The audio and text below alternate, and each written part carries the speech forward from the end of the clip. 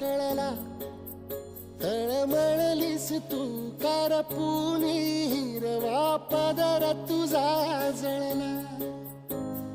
छळ केला पिढी जात तुझा ग उखडून वनराई. अपराध किती झाले पण आता शरण तुला आई. नभ पाजळता ते जल